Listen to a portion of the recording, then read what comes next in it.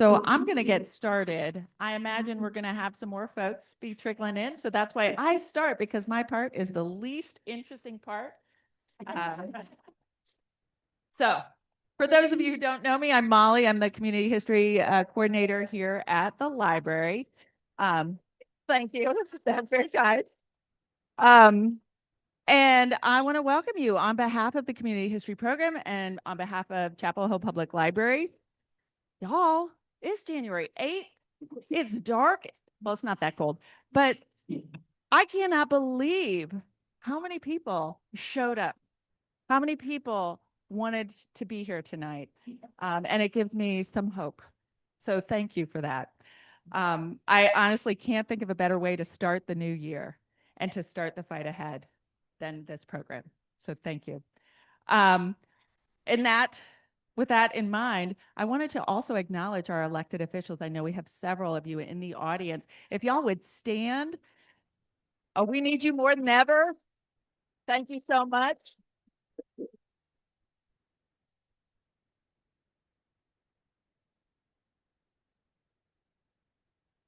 And on a more prosaic note, I know y'all have phones in your pockets. Just check them. Make sure that they're turned to silent. If you aren't familiar with the library, our restrooms are here in the lobby. You go towards the entrance of the library, they'll be on your right. That's where they are. I also just wanted to mention real briefly, the library does close at 8 o'clock. You're going to hear a couple of announcements if we're still going close to that time, but don't worry, they're not kicking us out. Finally, I did want to mention some upcoming programs that we're going to have. We're going to have a lot going on this year, and I'm really excited about some of the programs that we'll have in support of the work ahead. So later this month, there are a couple of flyers up here on the table, but later this month on January 26th, that's a Monday, we'll have a program called A Warning Then and Warning Now. And James might talk about that in just a minute, but it's about George White's 1901 farewell address to Congress. And then on the 29th, which is Thursday of that same week, we're going to do, we'll have a film screening, a documentary film screening here called American Agitators. And it is a film about legendary community organizer Fred Ross. He trained Cesar Chavez and Dolores Huerta. And we'll also have a community conversation after that, thinking about labor organizing and community organizing. And that should be highly relevant, again, to the year ahead. And finally, many of you may have attended or participated in our Community History Book Club in years past. It's a program that we have done with frequent partner Danita Mason Hogans and Bridging the Gap. We are going to be doing that again this year. And the book is Black Folk by Blair Kelly, Dr. Blair Kelly. I will be getting copies of this to distribute it in the community. I don't have exact dates yet, but it's going to start up February, maybe March. But I just wanted to get it on your radar. Be on the lookout for that. It is happening. We aren't getting the funding we've had in years past. The UNC has supported this in years past. That's not happening. But we have some. That should help them. I'm sorry? Taxes went up. Well, then you're not going to like what I'm going to say next, which is we need you to help support. If you want programs like this, donations to the Friends of the Chapel Hill Public Library can help programs like this, and that's how we got to do it, y'all. So, Name of the book. Oh, sorry, Black Folk, Blair Kelly. It's a fabulous book. It's also available. Those who can should buy. Let's support historians and people doing this kind of work. And Dr. Kelly is one, and she will be joining us. We met with her this morning. She will be joining us for at least one session. But it's also available if you like audiobooks on Libby, the library's digital library. You can download it that way as well. Okay, that's enough for me. I wanted to hand the mic over to the gentleman to my right. I'm always grateful for James Williams. Y'all know James. Nobody works harder uh, doing this, bringing this kind of programming to the community than James. And he does so much for all of us. So, yes. And of course, James is the program chair for the Orange County Community Remembrance Coalition, who is our partner on this evening's program. So, welcome.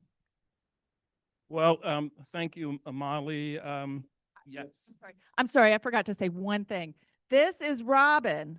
Robin is running. Yay, Robin! Robin is my coworker. Robin is handling. So we have, a whole probably 63 people joining us online. Welcome, y'all. And she is handling all of that technology. So that's what Robin's doing. And then way over there, that's Luis, my other coworker, who's taking photos for us. So thank you to Robin and Luis. And here's James.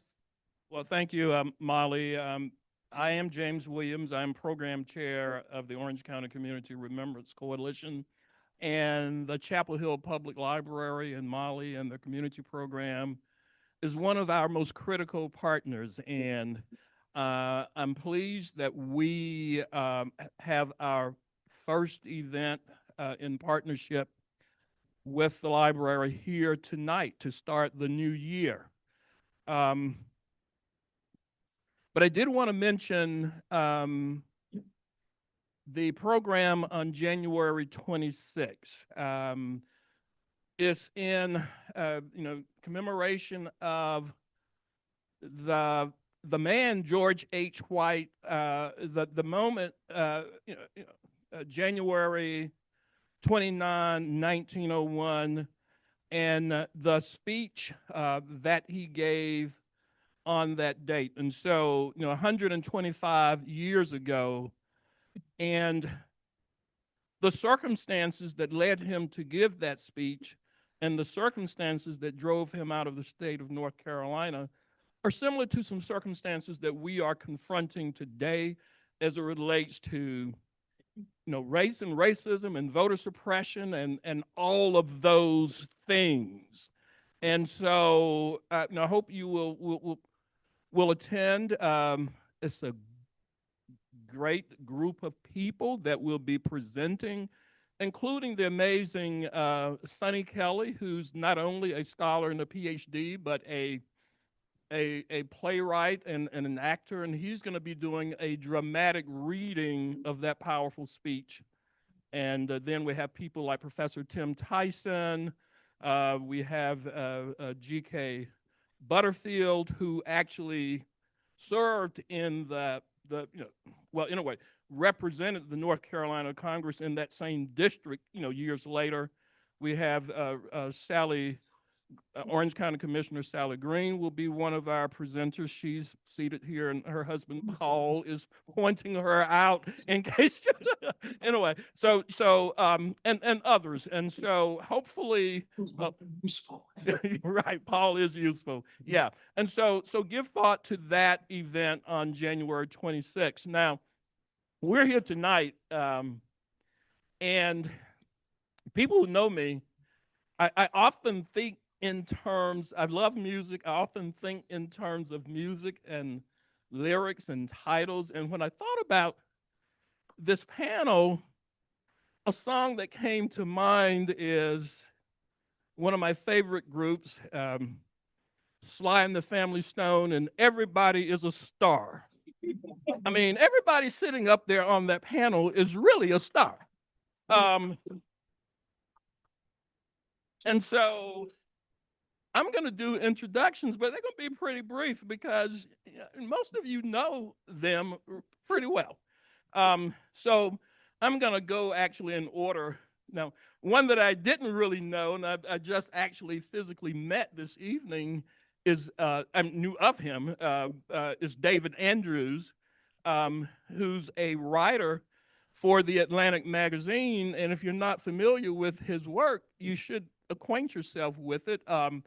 The Atlantic magazine, I don't subscribe to a lot of magazines.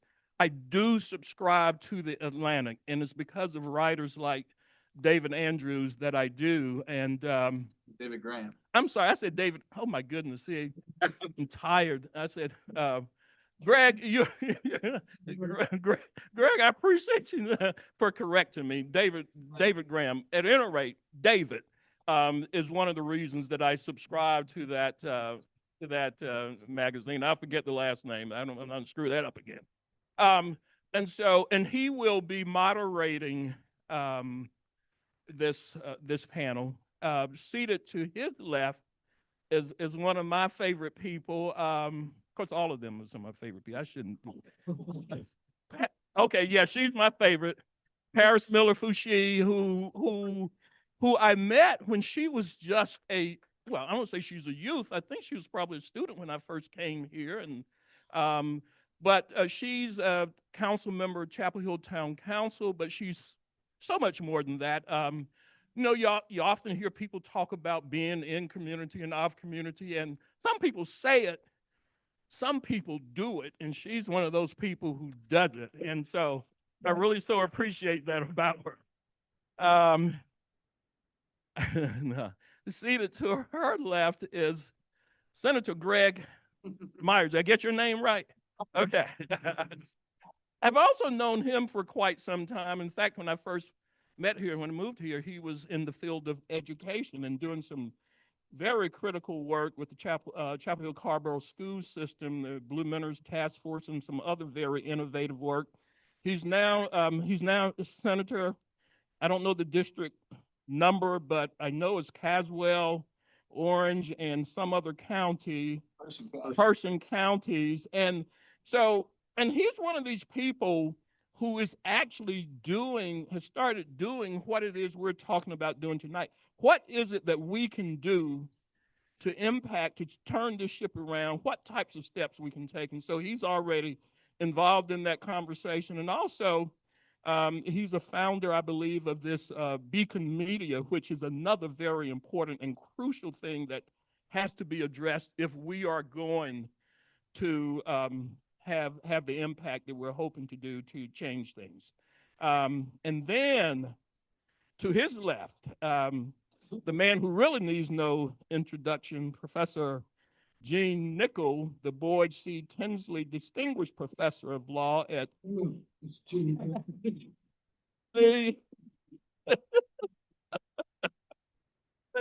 the house. So, I mean, Gene is just, I call him, sometimes I say he's a prophet. No, he's our version of Charles Sumner, I think, who, he's a constitutional law scholar. Now, he's not an elected official, so I'll make sure you understand. But he's a constitutional law scholar. He's a speaker.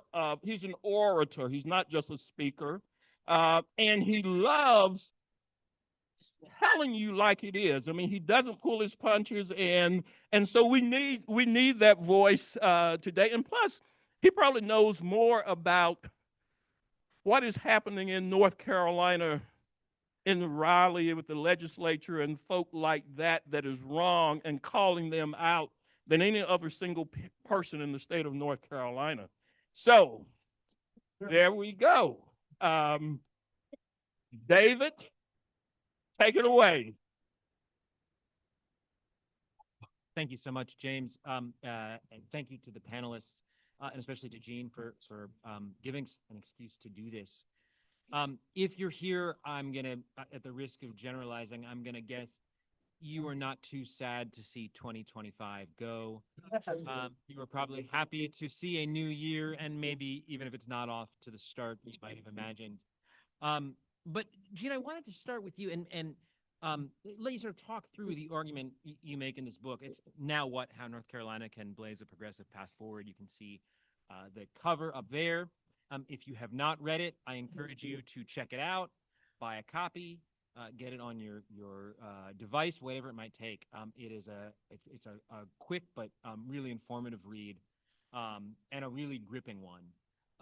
And you write in that book, Gene, that 2025, whatever its flaws, you think it could be a turning point. And I hope you could maybe jump off, take that as a jumping point, explain why, and talk through your argument.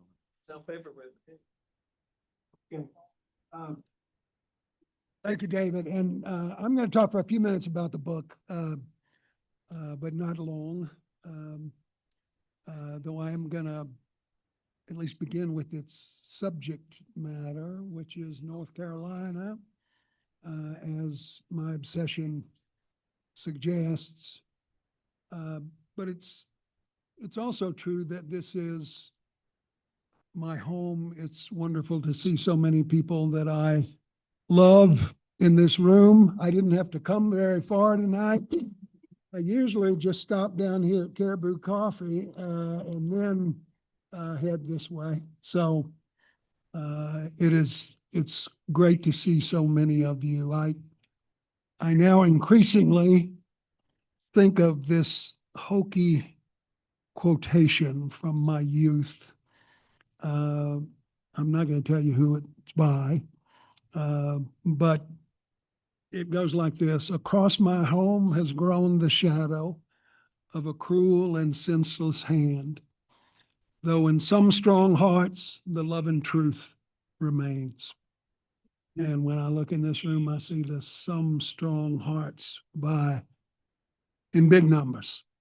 I won't tell you who it is because I got 3 daughters and they tell me nothing could be more bougie than quoting from Jackson Browne. So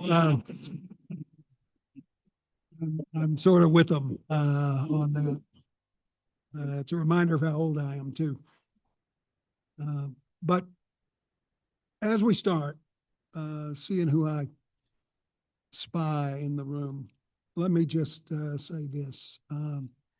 Even though we're going to talk about North Carolina, at least for a time tonight, this is a couple of days in which we've seen peaceful, non-threatening, committed citizens, great-hearted citizen killed by ICE agents, utterly unrepentant ICE agents, and their boss and the president in Minneapolis. In occupied Minneapolis, like occupied Los Angeles, like occupied Chicago, like occupied Charlotte, like occupied New Orleans, like occupied Memphis, disfavored cities, democratic cities, look into all the world like the Trump government is trying to start a civil war here. And as we violate the UN Charter, international law, and clearly the United States Constitution by invading Venezuela to take their oil and sell it and give the proceeds to Trump to distribute. And then we'll apparently invade Greenland because Stephen Miller, as he's put it, says, who is big enough to stop us? No one's going to stand up to us. No one's going to fight us. Reminding of the Greeks' ancient objection that the strong do what they can and the weak suffer what they must. Nothing could be more un-American. And I know lots of folks have said we're heading towards dictatorship, but we're no longer heading. You know that. Donald Trump, through his massive and massively corrupt extortion regime, has become the first American dictator, Donald the First. Now the only question is how we will defeat him, how we will remove him from power and save our great democratic experiment of, for, and by the people. I'm going to talk about North Carolina, but I can't help starting with that, in part because I know you and I know it's where you start too. I'm almost embarrassed to report, switching topics, that I've written another book about North Carolina politics. By my count, that's 4 within 8 years. You might begin to think that I'm obsessed. I'm more inclined to say that I just can't keep up, no matter how cynical I get. I have, though, started dedicating these efforts to Phil Berger and Paul Newby. Special tributes to the UNC Board of Governors. I'm pretty sure that my publication record wouldn't be the same without all these outrageous characters, and neither would North Carolina. Though, as I admit in the introduction to the book, it's an odd book. It's odd because it's a work about a war on democracy within the United States, but it isn't about Donald Trump, the most radically undemocratic and dangerous political leader in American history. He hovers over it a bit, like everything else, but this book is about the distinct, though related, war on constitutional democracy, playing out every minute for the last 15 years in North Carolina, the state I love, the state you love. Hark the sound, as they say, at least we say in Chapel Hill. I'll admit from the outset that Carolina's Republican crusade to end and literally crush constitutional democracy is different than a lot of the horrors we see coming out of DC every day, even without focusing on the gigantic distinction, that is that Trump's revolution places all power in the executive branch, while ours strips the executive branch of all authority and gives it to a lawless legislature. Well, one thing, though ours is older, it started 5 years before Donald Trump came down the golden escalator. Our anti-democratic work is less boorish and threatening, I think, than the national version, or at least it seems so. Though its exclusions tend to match precisely those of its forebears. Ours is more rooted in power and the distorting structures of power it has created and entrenched. Power and tribe and race and religion than the public embrace of malevolence, which is focused in DC. North Carolina's sedition work is both superficially better and operationally worse than its national counterpart. It's more successfully packaged in flag lapel pins and Chamber of Commerce memberships and evangelical pieties. Trump brags about his outrages. Our folks try to hide theirs. And ours may be even more difficult to rid ourselves of. They may live on here even if Trump falls. Phil Berger and his crew will keep their unconstitutional vice grip on our democracy in North Carolina until we take it back from them. That job, that removal effort, is left for us, every one of us. How we might go about it, freeing this state from its capture, is at bottom what this little book is about. But first, I feel obliged to explain how the theft has occurred. You know the story, or at least most of you do, but we got to be clear-eyed about what we face and why we face it. Here's how it's worked. First, the new North Carolina Republican Supreme Court says extreme political gerrymandering is just fine. In fact, it's dandy. Boys will be boys. Chief Justice Paul Newby explains, almost comically, as if we were fools, that the Tar Heels' constitutionally guaranteed right to free elections doesn't mean they have to be fair elections. Rigged elections are still free. Try explaining that to someone who's not a committed liar. Then the Republican General Assembly, as you know, again takes up the invitation so that in 2024, Democrats win the major statewide races because you can't gerrymander them. There's only one district, the whole state. But even though more Tar Heels voted for Democrats than Republicans to represent them in the General Assembly, Republicans got nearly 2/3 of the seats. Cheating works. Permitted cheating really works. And then, as you know, we went at it again just a few weeks ago re-gerrymandering the congressional districts to an 11-3 edge because Donald Trump told us to. The Republican leaders saying, quote, that we have to do this to prove that no outside person could tell North Carolina what to do in elections. I'm not shitting you. Reminding us that Republicans not only believe that they're supposed to lie to support the great leader, but they have to deploy the most outrageous lie that could possibly be invented, and they are good at it. And even that's not enough. You all know this too. Republicans repeatedly disappointed in statewide races develop a second plan, which is unseen in the United States. When Democrats win state positions like Josh Stein did in 2024 and Roy Cooper did before him, Berger and his colleagues sweep away the traditional powers of the newly elected Democrats and deliver them up to Republicans, what folks across the country now refer to as the North Carolina plan. You know the drill. We make the auditor the overseer of election.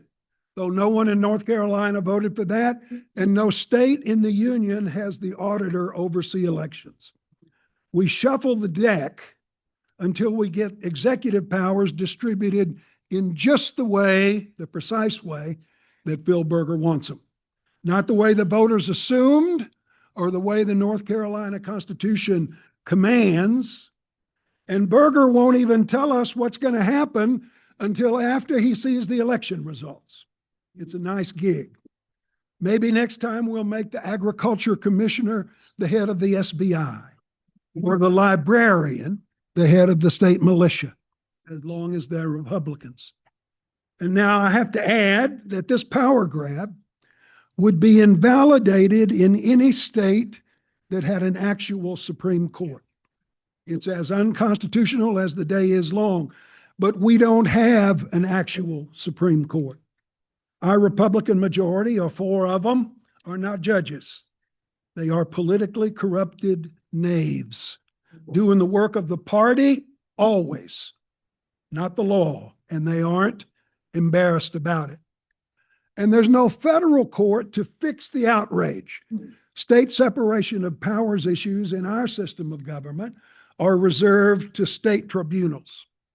We assume that state courts are not crooked, but that assumption doesn't apply in North Carolina. So we have a Republican legislature that exercises illegitimate and disproportionate powers because it has captured the electoral process for its members. Then the General Assembly debilitates the executive branch through sore loser laws that overturn statewide elections when lawmakers don't like the results. And a state Supreme Court abets the transgressions, effectively eliminating constitutional government in North Carolina. This is not exaggeration or fantasy. It is the political world that presently exists in the Tar Heel state. No person who believes in democracy should support it or compromise with it. It's a defining betrayal. When someone's out to demolish your foundational human rights, no one should ever answer, "Hey, buddy, can I meet you halfway?" So I try to outline here a small agenda to combat the sedition, the tyranny. I argue in various chapters for a right to equal political participation, outlawing political gerrymandering, and removing redistricting from the power of the State House. I look for ways to combat a Supreme Court that violates its sworn oath not only to enforce the Constitution, but to administer justice without favoritism to any person. I advocate rights to equal dignity and full membership meant to assure reproductive freedoms and personal privacy. I argue more extensively for rights of economic justice, even in the South, suggesting, I think non-controversially, that the central purpose of the North Carolina Republican Party is to make rich people richer and increase economic inequality in what is already the most unequal nation on the face of the earth. And reminding of a fundamental Tar Heel right to equal and effective public education for all children, each and every one. I assert ways to demand that Leandro's enforcement be made real and to declare private and religious school vouchers unconstitutional. My own thought is that we can be optimistic, to David's point, on these fronts, not only because of our success in statewide races, because as we get better at truth-telling, Republican political agendas which are built on pretext or lies will increasingly falter. And North Carolina can draw powerfully on our histories of progress and the strength of our movement politics, as I see so many in this room, but most importantly, with the mocking of the electorate by Berger's sore loser laws and Paul Newby's overt, open, plain as day attempt to steal the Allison Riggs election. North Carolina Republicans have now come out of the closet as unembarrassed enemies to constitutionalism. Tar Heels, I am confident, will not stand for it. As Ulysses Grant put it in 1861, there are but two political parties now, patriots and traitors. Patriots and traitors. So the urgency is great and surpassing, but so is the fire of resistance. I've seen it. You've seen it. So many of you have on every street corner in North Carolina. Like Frederick Douglass, we look for the fire and the thunder, not just the light. And I'm confident that we will use that power, use that thunder to change the results in this election and the next, as we are required to do if we will save what it means to be a Tar Heel and what it means to be an American. So I'll stop there.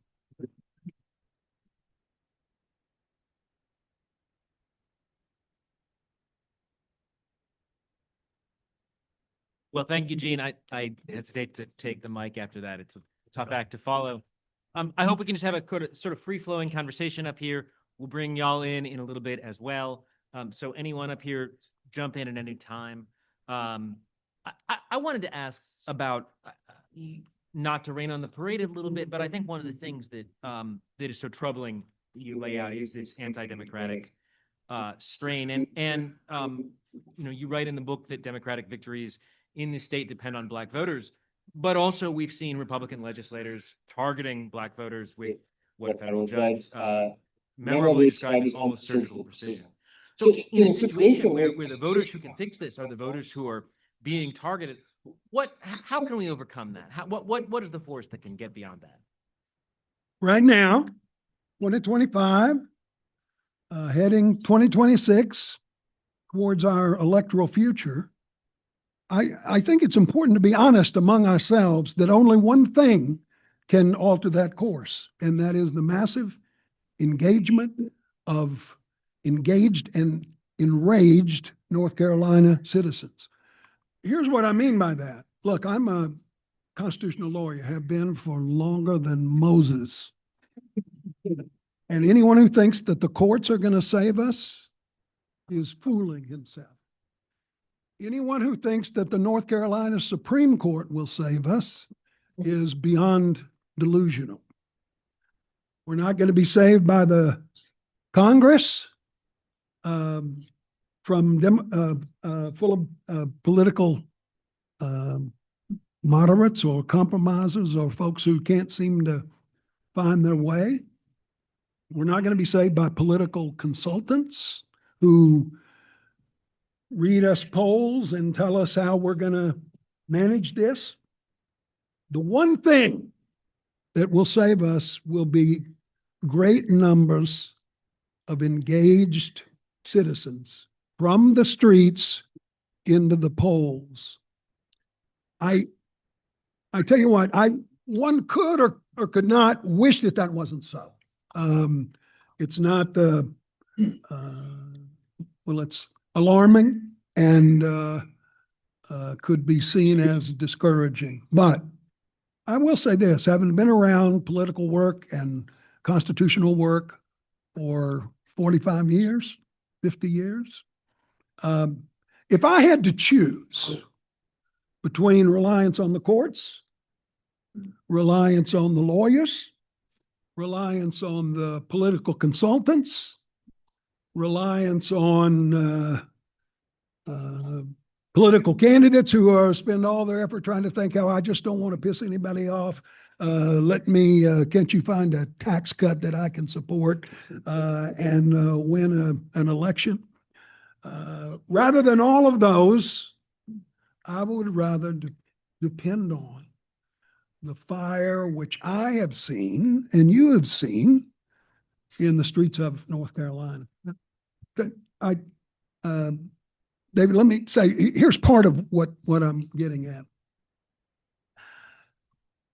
We had, not long ago, the North Carolina Supreme Court, as you all know, literally try and steal an election. Now, let me say this. No one in the United States has a lower opinion of the North Carolina Supreme Court than I do. I take that one mantle. No one could think more poorly of them than I do. But even I did not think, when push came to shove, that they would literally, in the bright light of day, try to steal that election. It is so far outside the norms of the law, so far outside the norms of decency. It required such lies and consistent falsity. I didn't think they would actually do it, and they did. They did it in the bright light of day and say, we don't give a shit about democracy in North Carolina. We've got the black robes. We're going to exercise them. Now, the federal judge, as we all know, finally, a Trump appointee, put the kibosh on it. This is what he said. I want you to think about this for a second. He said, look, here's what the North Carolina Supreme Court's trying to do, and this fool of a judge who's still on the Court of Appeals is trying to do. They're telling us that they're going to change the rules of an election after it's already been held. That's number one. And secondly, they're only going to apply those changes to part of the electorate.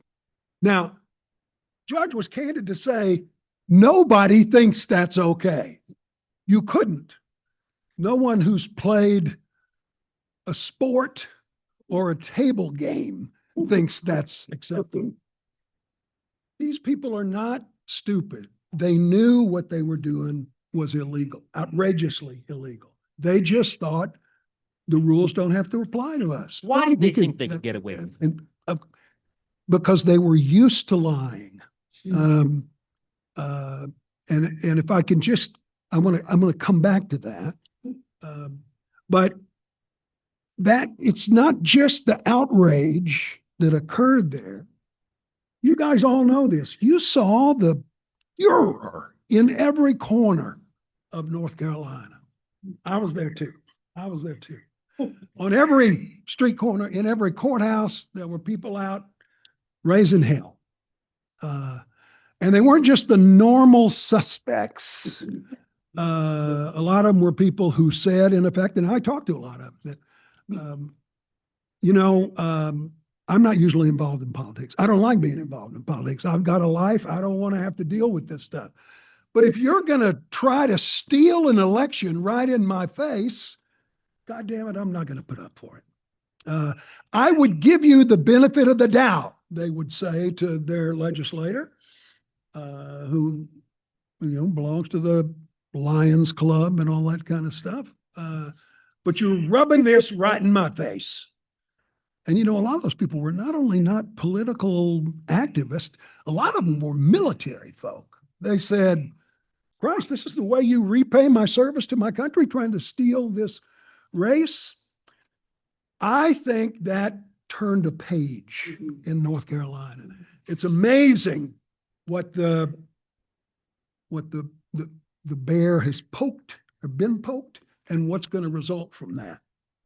And I think that, combined with the fact that we have this stuff rubbed in our face as well about you win a statewide race and then they take away all of the powers. It's obvious to North Carolinians now that they're just out to destroy the democratic process and to destroy democracy itself in North Carolina. And I don't think people are going to put up with it.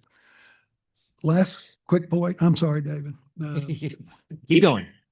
This is difficult for me because I'm a huge fan of David. I hope you read his work on Project 2025. We've been lying about Republican politics for a long time in North Carolina. I can explain to you sort of how it starts or how it's developed. Let's say that you want to change the voting process. Here's what you can't do. You can't say, okay, let's adopt some new rules that disenfranchise Black people. And let's write that down in the legislative hearing book and we'll pursue it. So what did we hear when they did extreme racial gerrymandering and then they passed this monster voting bill? They said, oh no, we're only concerned about the accuracy of the ballot. That's why we got to have IDs in this business. We're just concerned with the accuracy of the ballot. Then that case goes to court because a bunch of heroes bring it to court. And one of the judges found, they said, that we hate to say this to you legislators, but we find that you didn't have the slightest concern about accuracy. What you did was take every single electoral process or tool, and you said, if that tool is disproportionately used by Black people, we're going to shut it down. If it's disproportionately used by white people, we're going to lift it up and expand it. And that's the only thing that explains what you did, and you did it with surgical precision, as you said. Look, you can go on from that to the bathroom bill, to the various promises which are made in the electoral process. We have to have, we needed to have a new abortion law because we're concerned about the plight of women seeking reproductive freedom. Good God, for the first time in our lives. Since you cannot, with regularity, be honest about the goals that they have in place. You can't say, we want to disenfranchise Black people. You can't say, which they would want to say if they're being honest, we dedicate our entire political agenda to the top 2%. That just doesn't work. So you have to get in the business of lying. And then I think what happens with the Supreme Court, as astonishing as that is, I think they said, well, we're used to lying on all these other fronts. What's the big deal about lying on this front? A little bit like, it was easy to think of us and here we're trying to destroy democracy. January 6th, overt attempts to destroy it by force. And I can imagine them saying, well, okay, we're used to lying to secure democracy. Is it that big a deal to beat the shit out of people to do it? No, it's not that different, So they have lost their way long ago. And I think the good news is no one with candor could deny it now. So I'm not promising we're going to win. I pray that we do. Like all of you, I'm willing to spend all my energy trying to do it. But it's either going to be us or it's not going to happen. Anybody who's waiting for some savior to come in, I hope you'll realize that we're past that time. And like I just said, if I had to rely on somebody to keep this a democracy, I'd rather rely on the people of North Carolina than any other alternatives. So I'm optimistic about it, though I'm not stupid about it.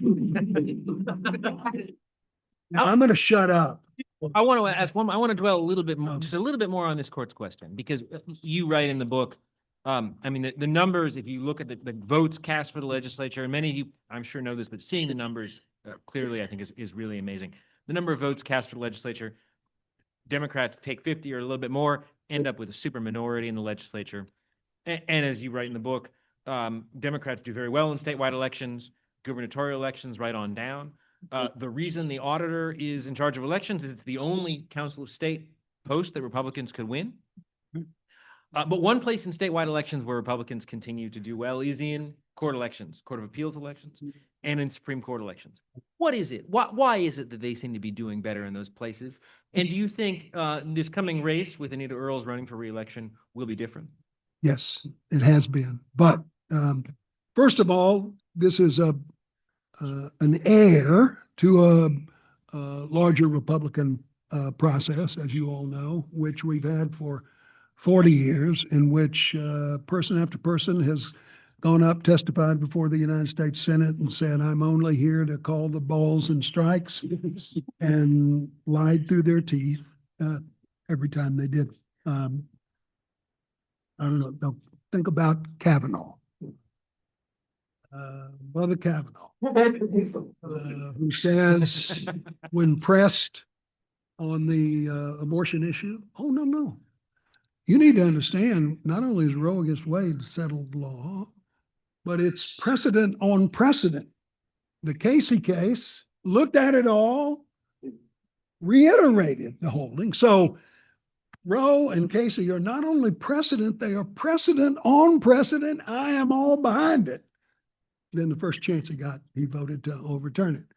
And only someone as stupid as Susan Collins would have acted like she understood that. But that process has been successful, as we all know. Two things have changed. A couple things have changed now anyway. One, we know that that's not true. We know how important elections are. We know how crucial it is. We know what it means to win Anita's election, and even more importantly, what it's going to mean in the election after that. We've had it proven to us. Democrats have been relaxed on the question of judicial appointments, I think. And I think we're not going to be relaxed again. We have, with Anita, my old colleague, Anita, I say to people sometimes when I used to be dean of the law school here, David, you wouldn't know that. When people say, you know, have you ever won anything? Have you ever contributed anything to North Carolina? You constant bitching and moaning. I say, yes, I hired Anita Earl. I brought Anita Earl here. So it's not surprising that they would try to impeach her. It's not surprising they would use ethics claims against her. She's brilliant. She humiliates them by her brilliance. And I've done a lot. I just signed up for another couple things doing with her on the stump. And she is also the best political candidate I think we've had in Supreme Court races, though Allison Griggs has become very, very, very good. And now, thankfully, the Democratic Party is taking more seriously its obligation. I think our Anderson understands that unless we win the court, all is gone, and that's literally true. So I think we're awake on this. We've been dilatory ourselves, and we thought, you know, okay, maybe they lie all the time, but it's not that big a deal. It is a big deal. We now know, proven in our eyes, that it means everything, and I think we're going to show it. God damn it, we ought to show it, shouldn't we? You got to let these guys talk nowadays. So. Yeah, so It's Greg, it's not their fault. It's my fault. I talk so much. I know. Greg, you deal with these people in Raleigh. Are they as bad as Gene said? Yeah. Tell them how great they are, Greg. Yes, There's a next good way to, be a good way for you not to be our senator. That's right. I mean, what I would add to what Gene has said is that on the point of why did the Supreme Court think they could get away with it, that I think there's two things that Republicans have shown in North Carolina, and one is that they're willing to push up against whatever the perceived limits are to test the limits, right? They will push it as far as they can go to test and see if it really is a limit, because it's been proven on multiple occasions that if they push past what we think the limit is, that they can keep going. And so they were willing to do that. The other thing that I think they bet on, which they were wrong on, but I can understand why they bet on it, was that there was at least a chance that the public wouldn't pay attention and that Democrats would roll over. And if those things happened, then they could get away with it. Now, that didn't happen, thankfully. The public got pissed. As Gene said, Democrats did an amazing job of organizing to fight back. But if those two things hadn't happened, it would have been different.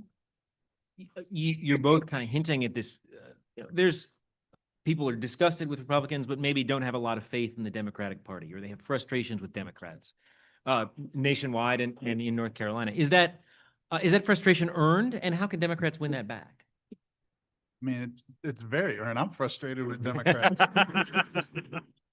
I expect my Republican colleagues to be disappointing, but when my Democratic colleagues prove to be the ones who are disappointing, then it's incredibly hurtful to me. And so I have a much harder time with that piece of being in the legislature than serving with the Republicans. And I think that what people are demanding right now, I always say what people want right now in today's political world, they get from Donald Trump and they get from some Democrats, because it's the combination of moral clarity and emotional authenticity. I don't agree with Donald Trump or Phil Berger's moral clarity. I have a different moral clarity than they have, but I understand the way that they're able to move whatever audience they want to move, because they deliver their moral clarity with emotional authenticity. And there are very few Democrats, either in my colleagues in the legislature or in members of Congress, who are able to consistently deliver those two things. And that is what people want right now. Yeah. Right.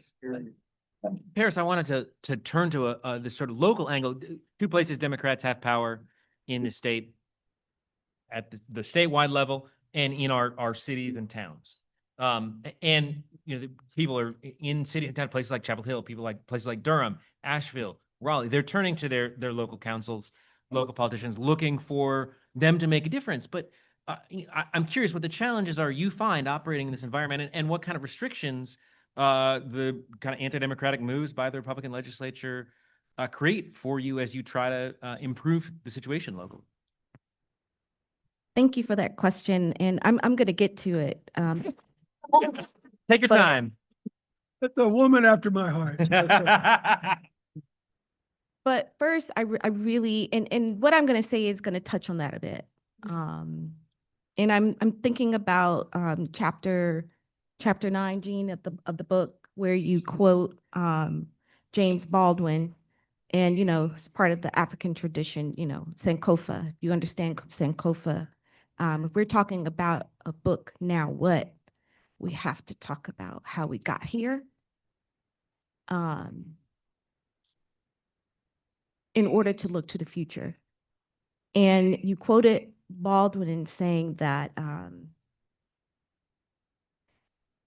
we are trapped in a history we don't understand, and until we understand, we cannot be released from it. And so, and he came with no notes. I didn't want to sound like a babbling fool, so I made sure that I put my stuff down. But, serving on the town council, I feel the weight of that architecture every single day. Not just as a policy challenge, but as a moral one that really tests our own community's self-understanding. And I want to focus on our community's self-understanding, because while we are rightly condemning the actions taken in Raleigh, we must also turn that same courageous scrutiny inward. we purport to be democratic, we need to hold up a mirror to ourselves. And so we cannot credibly call for a progressive path forward for North Carolina while we avoid the unfinished business in our own backyard. That's why the investigative work of journalists like Mike Ogle is so essential in understanding the critical deconstruction of Chapel Hill's carefully curated progressive identity.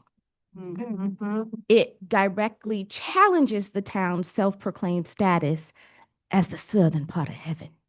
I mean, this widely promoted image as a liberal, enlightened oasis in the South, the southern part of heaven, is a myth. It's a myth that whitewashes a deep history of racial violence, exclusion, and resistance. And this myth serves to protect the town as well as the university's reputation while obscuring the ongoing struggles and historical trauma of its residents. The ongoing and growing wealth gap, school achievement gap, and the evidence of environmental injustice still languishes in communities like Rogers Road. So as we discuss this blueprint for a better North Carolina, I want to ground it in the local work of memory work, of truth-telling and repair, because building a genuine progressive future starts by abandoning the myths, making amends, and dare I say, reparations for those harmed.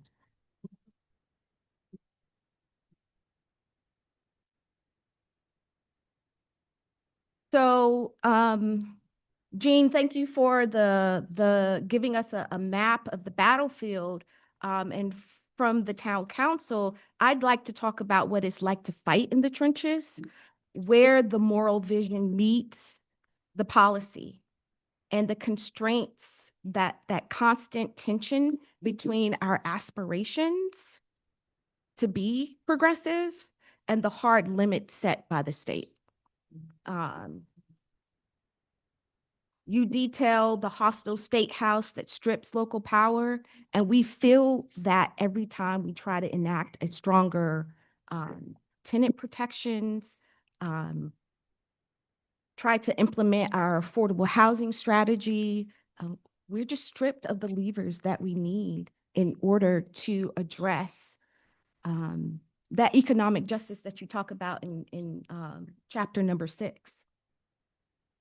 When we look at our housing crisis, it is a crisis of dignity. In Orange County, 31% of households are cost burdened. For renters, that number jumps to a straggling 55%. When a teacher here earns $51,000 a year, but faces an annual child care cost of $33,000 and a market rate 2-bedroom apartment is $1,800 a month, the math ain't mathing. It's a system designed for failure. Last year, 1,474 families in our county faced eviction filings. That's the human toil of the agenda you documented. So to quote from the book, punishing the unworthy poor is apparently the icing on their political cake. Poor people have too much, and the rich don't have enough. Okay, verse.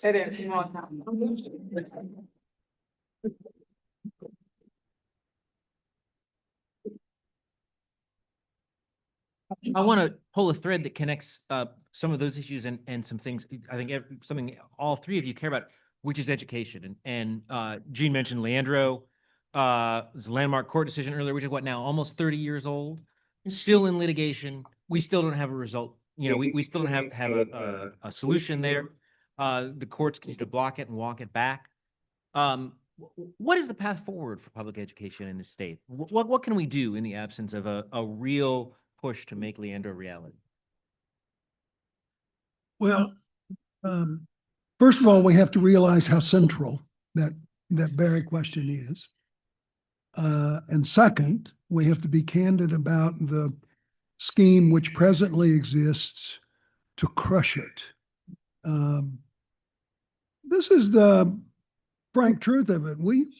For a long time, we've had a constitutional provision in North Carolina that requires a sound basic education, which is to be afforded by the state. It's a duty, and it's a sound basic education which provides equal opportunity to all.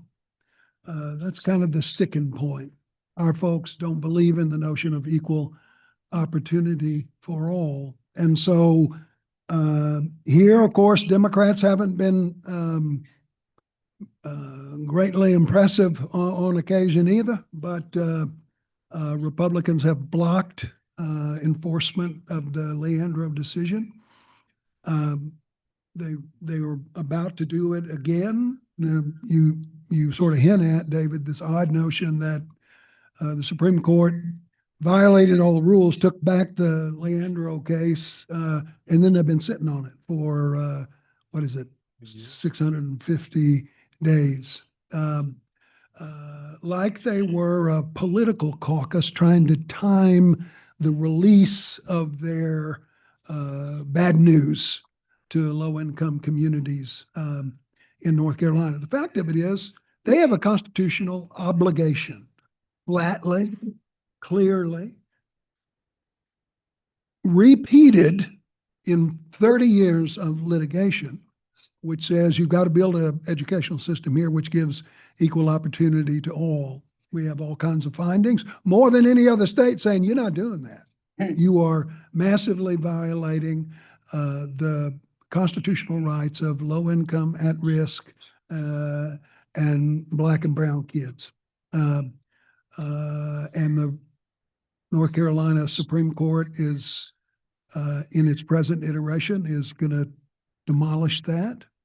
And the General Assembly will continue its work to defeat it. Now,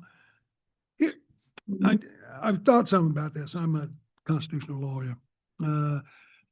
We get disagreements and arguments from folks saying, well, you can't, state Supreme Court can't force the legislature to spend money. It poses separation of powers problems, other kinds of challenges. We have these intricate legal issues. Here's what's not an intricate legal issue. There's not the slightest doubt about this. For over a decade now, the North Carolina General Assembly has refused to comply with its Leandro obligation in favor of a voucher system, which is unaccountable, which is hugely discriminatory, which has no standards built into it, and is, I think if you press the Republicans on it, what they'd actually say, if they're being candid, is instead of a system of public education with equal opportunity for all, we want a private voucher system. That is a frank violation of Leandro. A decent Supreme Court would say at this point, you've got to comply with Leandro. That's one thing. And the second thing is it's unconstitutional, given Leandro, to have a system of vouchers paying for private schools, because that is a direct violation of Leandro. Right. That could be enjoined. It could happen tomorrow. As a constitutional lawyer, you wouldn't have a whit of worry about it, but they refuse to do it. And the reason they refuse to do it is they want this voucher system so that wealthy folks can go to discriminatory private schools, and the public schools can be starved to death and slain. And that's the goal. They are being largely successful in this, and we have to call them out on that. Democrats don't do that enough. We don't do that enough. And the answer has to be for a full implementation of Leandro on the one hand, and then a determination that it's illegal in North Carolina to have a private voucher system, and we're going to invalidate it. You want school choice. That's what you say. Republicans say they want, well, it's what really matters is what the parents want. Well, bullshit. What really matters is the constitutional obligation you've got to provide a public school system which gives an equal opportunity to all North Carolinians. It's written there. It's in black and white. You say that you are constitutionalists. You say you follow the text of the Constitution. Well, follow it. And while you're at it, here's a simple injunction, clearly within the power of the courts: no more vouchers. Right. That's a good first step. I think that along what Gene recommends, which I think to get what Gene just recommended, you have to flip the legislature and you have to flip the Supreme Court. So I think as well about, well, I think about what do we, but if you can't flip the legislature right away, or you can't flip the Supreme Court, we think those are a few years out, then what are the things you need to do in the meantime before you can get to Gene's steps?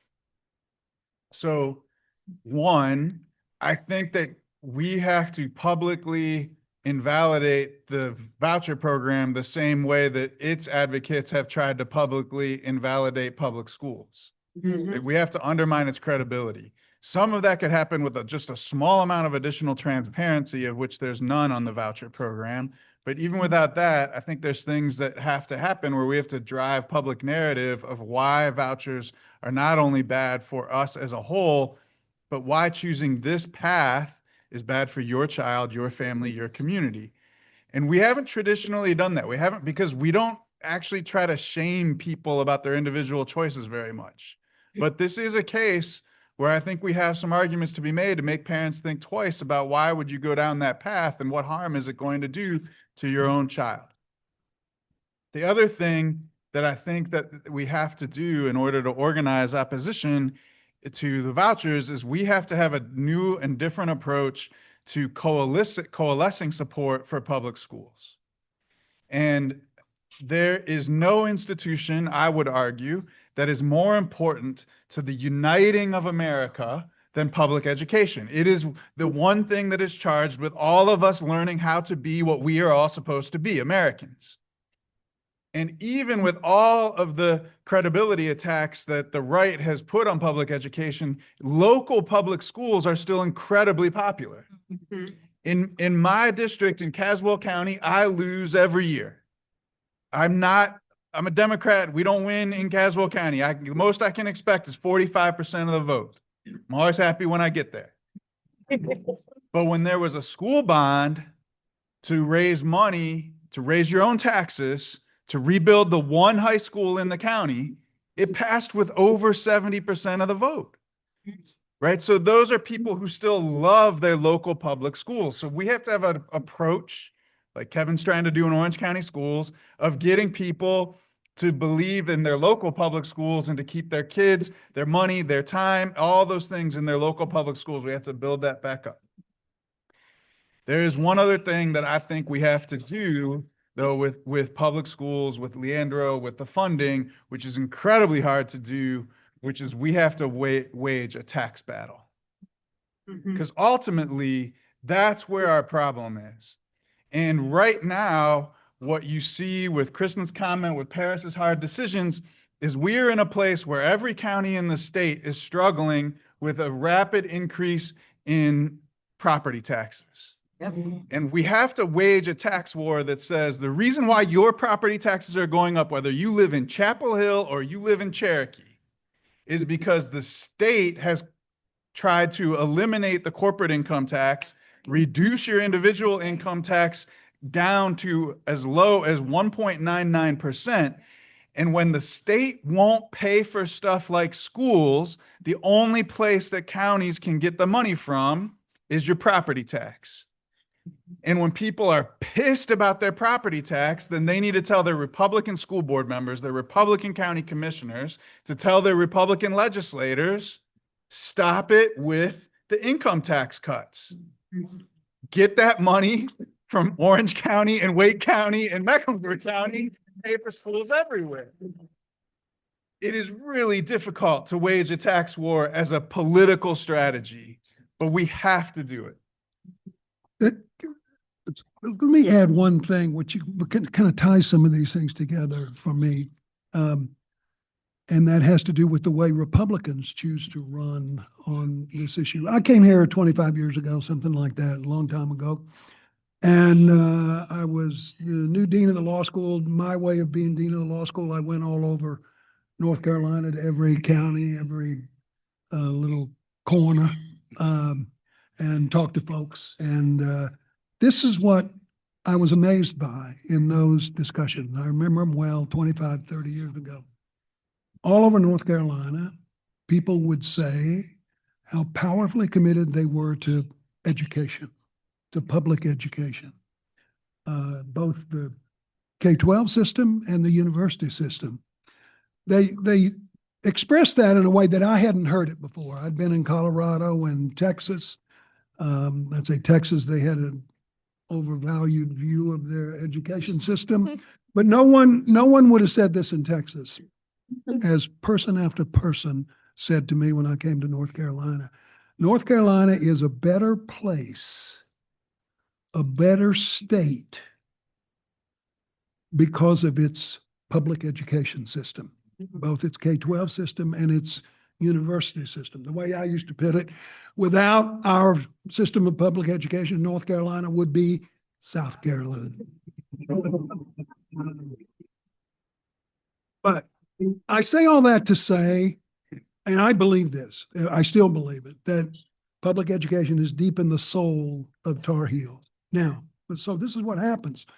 Republicans, you all know this, every person in this room knows this. For the last 20 years, they've had a single educational agenda point, which is to destroy public education. Everybody in this room knows that. But this is the way that Republicans have to run for election. When election time comes around, they don't campaign against public education. They do a little 3-cent future salary increase. They run all these commercials saying, oh God, we are all for public education. They know they can't be candid. So they run these 6 months worth of commercials saying how committed they are to public education. They get reelected, then they go back to work the very next day to destroy public education, both at the university level and at the K-12 level. That means they know they have to be disingenuous. They know that you can't get away with hating public education and saying you're going to destroy it in North Carolina. So they lie. So they come up with this great regime of deception. That's in a way endemic of one of the powerful problems we have in North Carolina politics. Republicans lie about their agendas because they know that most people don't agree with them. We don't sufficiently call them out on it. And we worry, okay, I just want to kind of cuddle up to these Republicans and maybe, can I give a state tax cut or something like that? We let them get away with it. And we let them get away with an agenda which is dramatically at odds with the values of the majority of people in North Carolina. Education is like the greatest example of that. And we've got to stop letting that occur. We've got to wage war against that particular claim. I'd like to just add, I'd be remiss if I didn't, point out, since we're talking about public education, the flagship university here in the town of Chapel Hill and the impact that it has on us locally and the policy making that we make. And so in addition to Gene's book, I brought with me a book called In the Shadow of the Ivory Tower, How Universities Are Plundering Our Cities. I really recommend folks get a copy of this by Devarian Baldwin. He's out of Trinity College. He's doing a research lab, and the phenomena, the challenges that we're facing with being a host town, it's not unique to the town of Chapel Hill. This is, when I read the book, I was like, is he talking about Chapel Hill? But he wasn't. But it's happening across our nation. And so part of the work that we're doing as it pertains to public institutions, public education, the impacts that it's having on us locally, is really trying to build deeper, better relationships with the university. It is a nonprofit entity that functions in a very for-profit way. Yes. That doesn't mean that, we don't have good relationships. We absolutely do when we look at our transit system. But we know that Carolina North is looking to be developed. And we were stripped of our authority to oversee that. And so I'm concerned with that. I'm hoping that we will continue to be able to be in relationships with them, because we have deep values here in the town of Chapel Hill as pertains to how we want to develop. And I think it behooves them to ensure that the people of Chapel Hill know that their voices, their interests are also being met. Yeah, I think this is one of the things that's just so important to remember about the Republican Party in the state in particular. They talked a lot about local control for a long time, for decades. And then suddenly when they had control in Raleigh, they had second thoughts about local control. They thought maybe that wasn't such a good idea after all. They like control. I wanted to talk a little bit about a subject near to my heart, which is the media. It's one thing to have, positions that are popular with voters that you think might be popular with voters, but you got to communicate to them. We have on stage here, we have a media mogul in Graig. We have the through Beacon Media, which you should check out. We have probably the leading, certainly the leading progressive columnist in the state, in Gene. But we also know that local media, statewide media, have been hollowed out, struck by changes in industry. Corporate ownership, national ownership that doesn't care necessarily about the issues that are going on.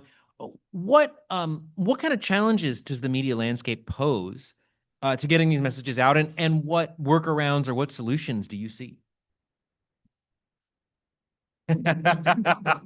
I mean, I just was reelected. Thank you. But it was a very low voter turnout. I was shocked by that. I really was. I don't have the numbers, but it was very low. Very, very low. And so when it comes to knowing who your local officials are, how they voted, the positions that they've taken, that's been stripped away. And so I see that there is a gap now with understanding what we do, the struggles that we're facing, and how we're trying to move forward. So it's really impacting, community engagement with the issues that are impacting their lives. So there's a real vacuum there, and that's fearful because somebody's going to come and fill it. I appreciate the love from you, David, and from James on Beacon Media. And if you don't know what Beacon Media is, it's a media nonprofit that I created to try and meet the needs of the state of North Carolina in this new media universe, where there is not really any more impartial media. And I would suggest that in the rise of Trump's authoritarianism, that what you really have is the combination of two things. One is cruelty, as we've seen, all the way up to murder, and the other is propaganda. And when you combine cruelty and propaganda, and the propaganda is driven by so-called neutral arbiters, then you essentially have lost media as a neutral source. And so even places that have been neutral arbiters are having to figure out, how do we exist in a world where there is no more neutrality? And I don't envy the job that you have, David, or your publishers or editors, and how do you figure out how to do that as a legacy media organization? But new media organizations are picking a side. And new media organizations are building audience by picking a side, and they're choosing how to be persuasive by picking a side. What we're trying to do at Beacon Media is we are trying to do a couple things that aren't happening enough. One, we're trying to still use existing community media and put a jolt of energy into community media that people still rely upon, right? So small independent newspapers, Black radio stations, Spanish language radio stations, things that people still rely upon because you don't have an alternative of where to get your other local news, but they don't have enough resources to be able to do much reporting. They don't have people to write local columns for them. And so we're trying to fill the lane of trying to give content to them, because you know who's already giving content to them? Carolina Journal, the John Locke Foundation. John Hood's column is in every local newspaper in the state every week.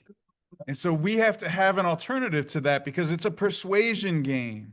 And so how do we make sure that there's somebody whose column is next to John Hood's column? The owners are not going to take his away, but we have to get them to give us some space. And where we have to create our own media. And that can include independent social media that people create their own channel, but it also has to include networks and things. And so that's what we're trying to build. What I want the Democratic Party to understand, but more broadly, I want the left to understand, and left advocacy organizations. And I say this to an audience of people who, many of you are on boards or you're major donors to advocacy organizations. It used to be that you could advocate for change by having persuasive, compelling arguments that you presented to legislators or city council members or, policy officials at one of the state departments or something like that. But what has happened in today's policy world is that you are only persuasive if you're able to build political power. You don't win policy arguments by presenting the best argument. You win policy arguments by building political power. And so that means no matter how good your argument is for your advocacy organization, your organization could be advocating for cute puppies. Everybody loves cute puppies. But Pat McCrory's wife tried to push a cute puppy bill as her signature achievement, and the Republicans didn't like Pat McCrory at that moment, so they voted down his wife's bill because she didn't have political power enough to get a bill for cute puppies passed. Like, that's a true story. And so whether you're the cute puppy lobby or you're the environmental lobby or you're the economic justice advocacy group, whoever it is, you have to have a direct mechanism for communicating to people in a persuasive way that helps you build political power. So if you can have the policy, build the political power, unite it with electing people who will take action on it, then you can actually get stuff done. But you can't lose any of those three legs. And then eventually you need litigators who will defend you in court. I want to just pick it back off of what you just said. And the last leg, I think too often we view voting as an individual thing that we do. It really is a collective thing. Collective. And voting is one of the greatest collective things we do. And that's why traditionally we've respected the people who won that we didn't vote for, because it's a collective that's being broken. Just add a couple of things to that. One is the hollowing out is real, that Greg mentioned, that David mentioned. And it's even more pronounced, I think, than people broadly understand. The staff size of these newspapers that we see, at least some of us read, has become tiny. I mean, Do you know who has the biggest newsroom in the state of North Carolina, staff size? Do you know who it is? No. Does anybody know? Yes. It's the Daily Tario. So, not shocking. And this is a national issue as well. I was at the University of Colorado for a long time before I came here, and I was dean of the law school there and was involved in public affairs. I remember, and constantly people were firing reporters and then firing people who'd been reporting for 40 years and hiring someone who was 21. And so I get a call from the Denver Post or whatever, and it's a new reporter, and he said he wants to talk about this, and this. And So I tried to answer his questions. I said, well, Roy Romer has been trying to do this, this, and this. And the reporter said, who is Roy Romer? That's what the DTH reporters say when they call me. They're great, they're lovely, but they don't know. He had been the governor for the last 12 years. They didn't know. So the hollowing out is more intense than you might think. Secondly, as Greg sort of hinted, on the money side, there doesn't have to be a hollowing out. The amount of money, if you want to run one of these right-wing outfits, one of these Art Pope sort of outfits, the money's endless. And that includes all their publication. So it's not just a hollowing out so that nobody's able to do the work. It's then substituted by these paid outfits. Paul Newby's wife gave $2 million to launch the North State Journal. Yeah. That's how you got a Republican-only newspaper in North Carolina. And then there's Chief Justice's wife. Paris mentioned this obliquely, and I want to just add the frustration which comes. One thing that would be nice is if faculty members all across the state of North Carolina in every corner of it paid close attention to the political affairs in their locales and chose to write and speak about it. I like to tell this story. So like a lot of you, I was much involved for a long time in the Moral Monday movement. Well, after things had been rolling for some period of months, with 30, 40, 50,000 people down at Raleigh every Monday, the New York Times finally wrote an editorial saying, what's wrong with North Carolina? North Carolina has lost its mind, talking about the excesses of the right-wing legislature. That appeared in the New York Times on some Monday morning. I went to my office. I had about, this is literally true, I had maybe 35 emails from faculty members at the University of North Carolina at Chapel Hill saying, Nichol, I mean, I'm somewhat notorious, I guess. Nichol, have you read the New York Times? Did you see what's happening down there at Moral Monday? I said, I call someone at the New York Times and say, thank God for once for the New York Times. Because if it wasn't for the New York Times, the 1,000 faculty members here in Chapel Hill would have no idea what's happening 18 miles down the road at Moral Monday. They were astonished by it. And so that ready supplement that we could have, I know that Greg is working on this as well. The faculty of the North Carolina system needs to serve as powerfully as it can the people of North Carolina, and that's one way we could do it, and that we typically don't. I want to ask one more quick question on a different topic before we open things up to the audience. But speaking of things we cannot ignore in our backyard, we have seen in the state in recent last 2 years how much climate change. It's not just something in the Outer Banks. It's something in Western North Carolina. It's something right here in Chapel Hill, and it's something that we can't ignore. It's something that's happening. What are the hopeful signs, or are there hopeful signs on taking real action on climate change and also, Paris, as you said, on environmental justice here? Yeah, so you must have been reading my notes. Well, I can see him a little bit here. What chapter is it? Chapter 8. Yeah. Thank you for chapter 8. I really appreciated it. I'm my co-author on chapter. That's right. Yeah, that's right. But it's, it goes a promise to our children. And I thought that was beautiful. And in the North Carolina State Constitution, it states that it shall be the policy of the state to conserve, protect its lands and its waters for the benefit of all its citizenry. That's in our state constitution.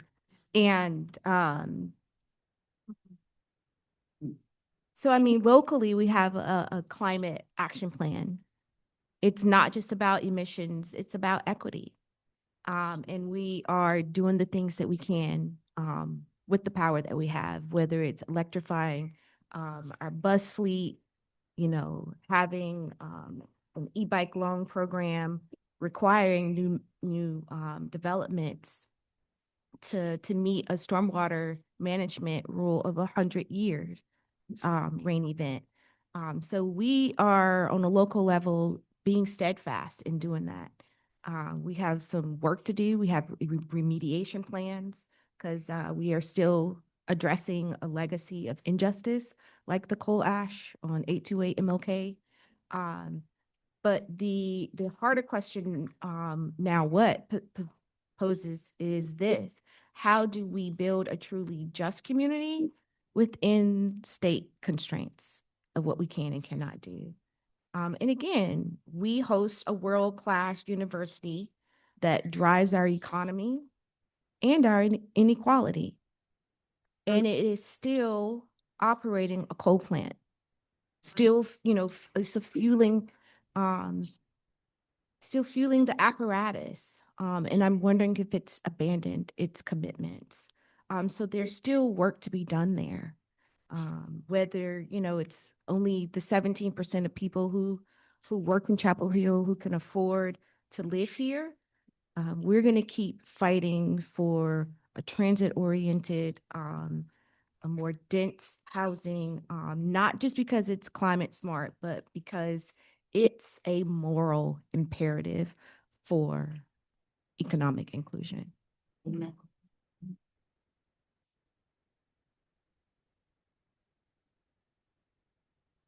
There's not much good happening on climate in the General Assembly.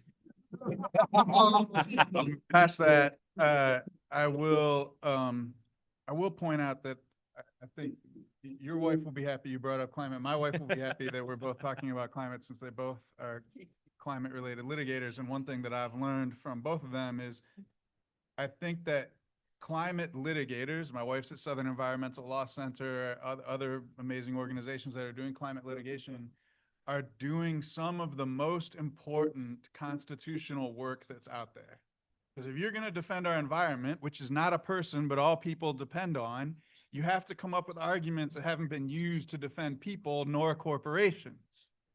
And so the work that they're doing to create approaches to litigation and legal argumentation to defend our climate, defend our environment, and defend the humans who depend on it really takes some ambitious and creative thinking. And if you're not paying attention, if you really want to know kind of where things going, and you're not paying attention to what is happening, for instance, on the cases being litigated on the Trump cuts to the Biden climate spending, then that's a good place to pay attention and try and see like, oh, actually we're winning in court. That's good. That's hopeful. And it's providing a path to lay out once the balance of power changes here, this will then become the legal foundation for why a constitution like North Carolina's, but not yet the US Constitution, should have some protections for our environment and give the foundation for us for making meaningful progress on climate over time. One little ratification of what Greg just said is Chapter 8, which Paris has been kind to compliment. I took down to the Southern Environmental Law Center, met with David Neal, and he went over it word for word for word, so it's not full of shit.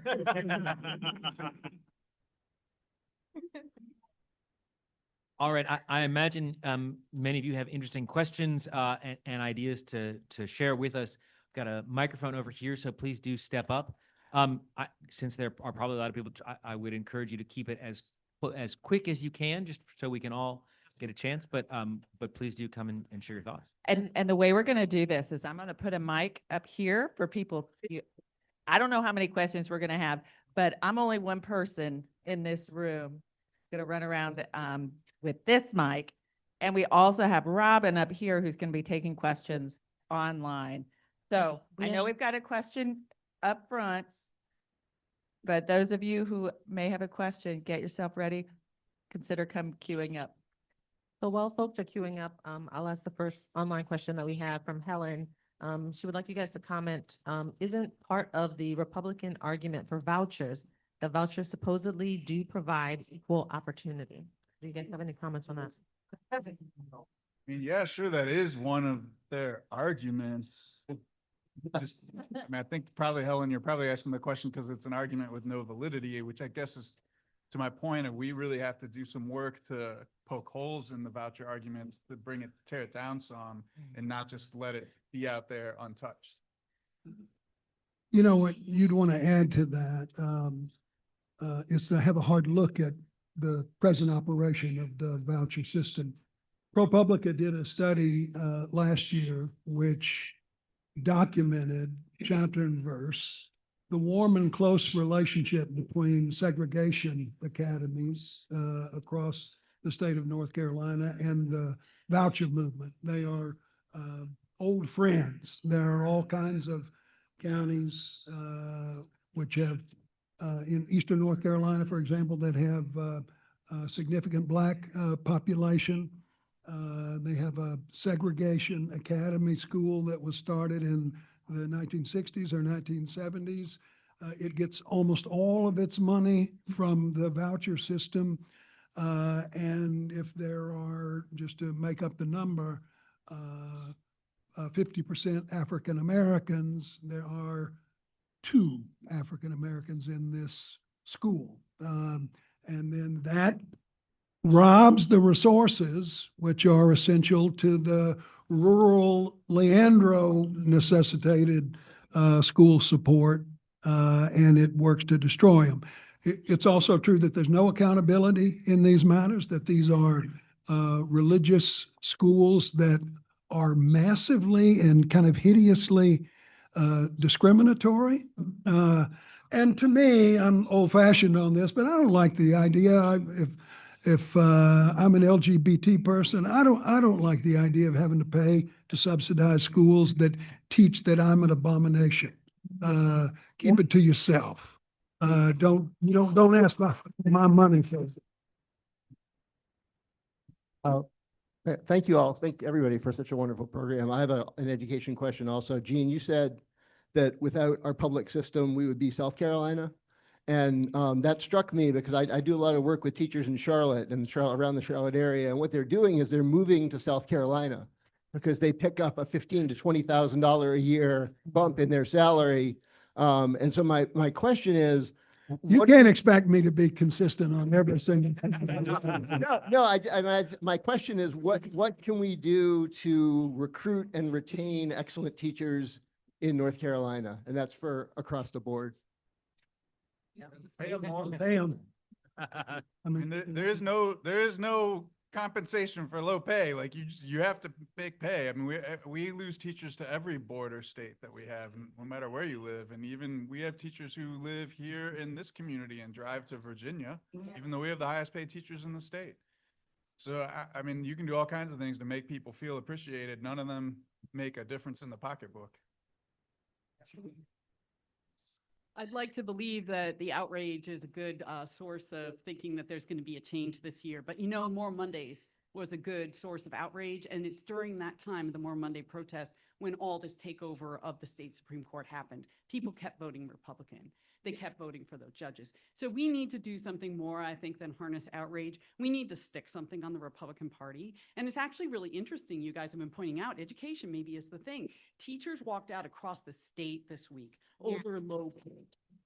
And those teachers are across the state. They're not in one community. They're not in a community of one type of person. They're across the state. And this is in a state which has a single party that's running the state, right? You can't blame this on the Democrats not raising salaries. This is the Republicans that can't pass a budget. Why can't we stick that on them? Why can't that be the issue that actually causes people to turn against that party statewide? Or is that not good? It is in 15 counties, and it has been. It's been a signature of us flipping legislative seats in the largest 15 counties. It's not in the other 85 because in the other 85 counties, as low paid as teachers are, they make more than the median wage in those counties. Yes. And Robin, if you've got other questions, hop in.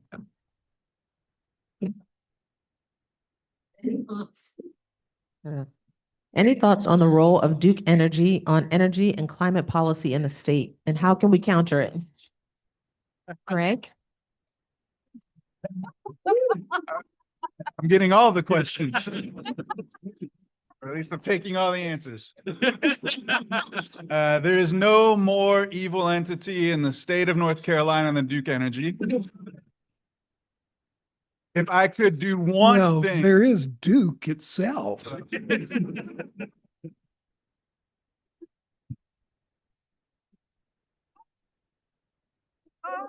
I would. I mean, crush- let me say this. Y'all know I'm close friends with James Williams. And we've done 4,000 programs together.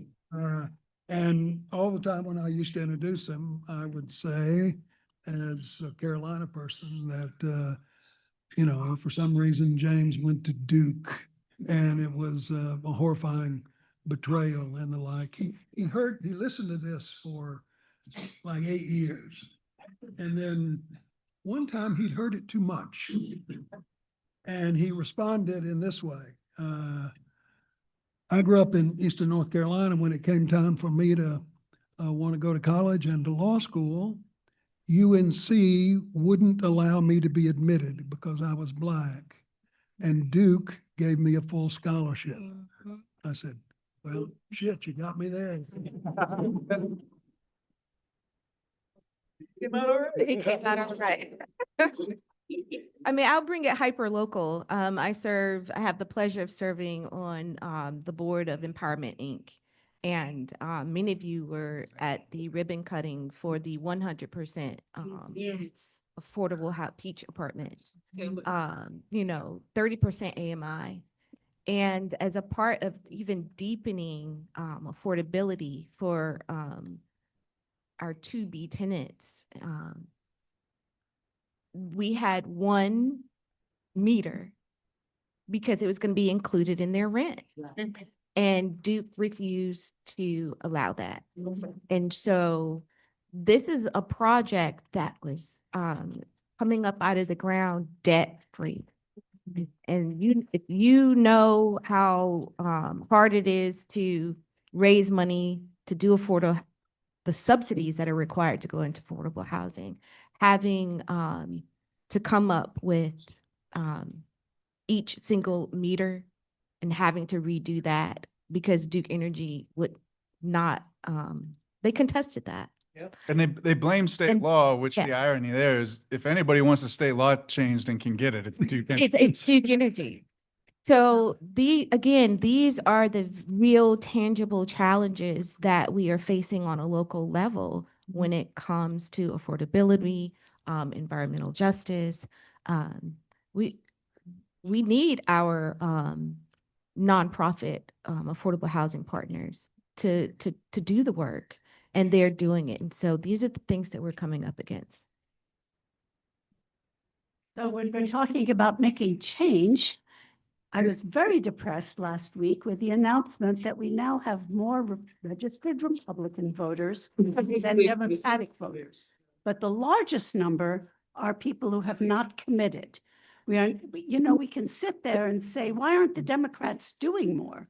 But I think until we can convince all the uncommitted voters that what the Republicans are doing is an outrage, we're not going to get ahead. And I wanted to hear your thoughts on that. Yeah, that's a distressing report. But I think it's also indicative that as Democrats, we haven't offered regular, normal, working folk enough of a reason to vote for us, to support for us. We haven't talked a lot about the economic justice little section of this book. It seems to me key to our success. Think about what's happened in North Carolina in the last 15 years.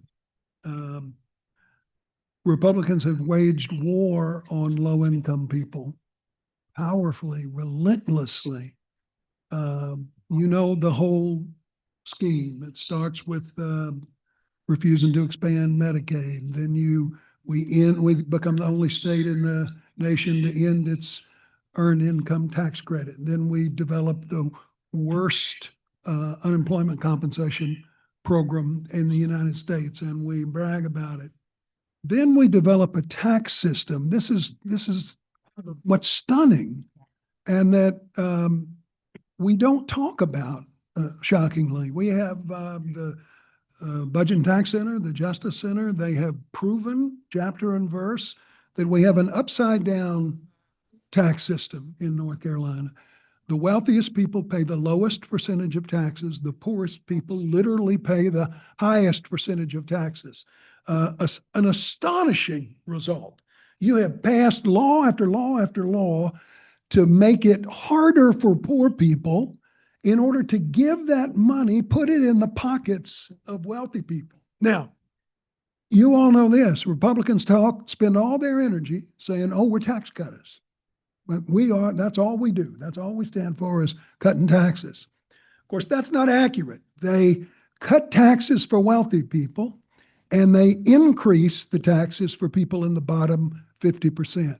Do they say that? Of course they don't say that. Oh yeah, we're tax cutters for the rich. We're here to carry the water for that top 2%. Join us. Come on, it's fun. The water's warm. They don't say that. They lie about what they're doing, but Democrats let them get away with it. Yeah. We have an upside down tax structure. Everyone in North Carolina ought to know it. They ought to know it every single day. We ought to press votes in the State House that make them support it every day, which they will do. If push comes to shove, they'll vote for the wealthiest people every time. It's their number one goal in life. But I think we have confused low-income folks, middle-income folks, on the question of whether we really stand for them, with them, or not.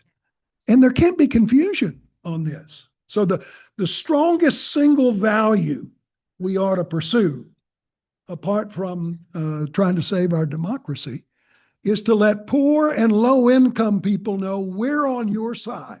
First principle, we ask, how is this going to work out for low-income people? Okay. Well said. Okay. I think this economic fairness argument is crucial to us. I don't think regular people like the idea that Republicans are just governing for rich people. They don't like it worth a damn. And we ought to make sure that everyone knows it every day. Well, I think that is a great place where I may regretfully call things to a close here. We heard the voice there, and we're going to start losing panelists. We can take one more quick question. I have to go pick up a kid in a minute. So Yes. David's trying to shut this down for me, but we'll take one more quick Yeah. question. I'll be quick. I'd like to start by saying thank you to all of you, only because I feel so fortunate to live in a community where we have so many bold leaders who are really putting yourselves out there to speak the truth, and it means a lot. My question is about norms and laws, and I'd love to hear any of your thoughts on this at any level of government. In 2016, and now again in this administration, the second administration, we saw norms being violated that a lot of Americans didn't realize weren't laws, and now we've seen many laws being tested and violated. Are there norms that we should strengthen and turn into laws at any level? Yes, now tons of them. Now we know, people in my line of work know that set of working assumptions that you had for the last 40 years, that there were guardrails, not necessarily in every instance written into law, but that were accepted by folks who think, I believe in democracy. I'm sort of for democracy. We learned in the last 15 years that ain't so. They're not enough. So we can't content ourselves in the future with vague guardrails. We need written constitutional norms. We need actual courts to enforce them, which we don't have.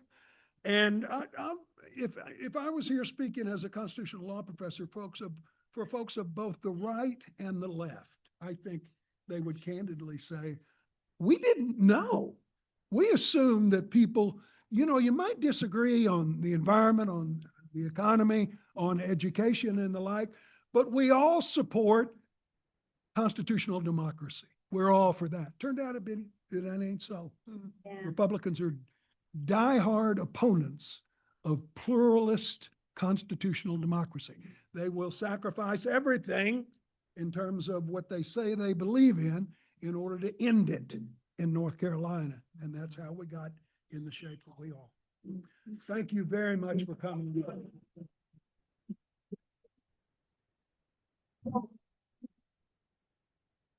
Thank you all for being here. I think this is neither the start nor the end of this conversation. Keep it going amongst yourselves, in your communities, with these folks.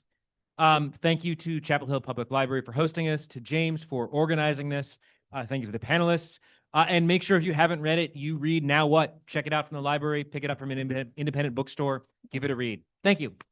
Thanks so much, Maria. Yeah.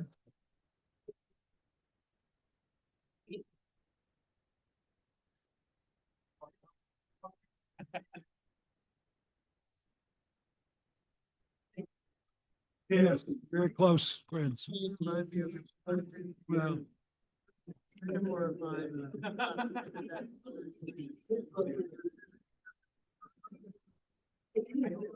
yeah, you're at the law school. Just go on but Honey and I were very close, and I miss you. He's a great hero. Thank you. He started talking tonight, and people get to take the wrong way.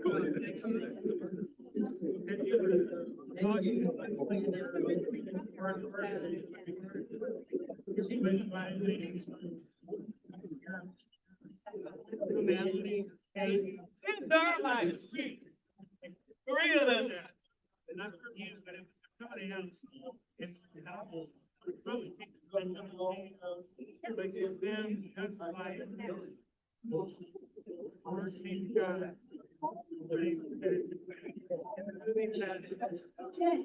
well, I tell you what, I've heard discussions like this, which talk about who you sound like. And I've had maybe 30 candidates, but that's the first time George C. Scott came in.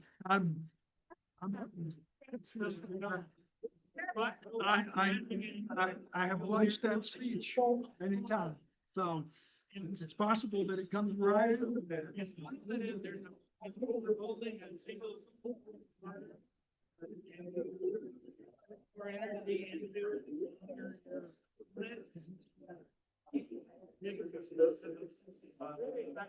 Well, I'm not as good as Pat. Or ironically, actually, I've seen a version of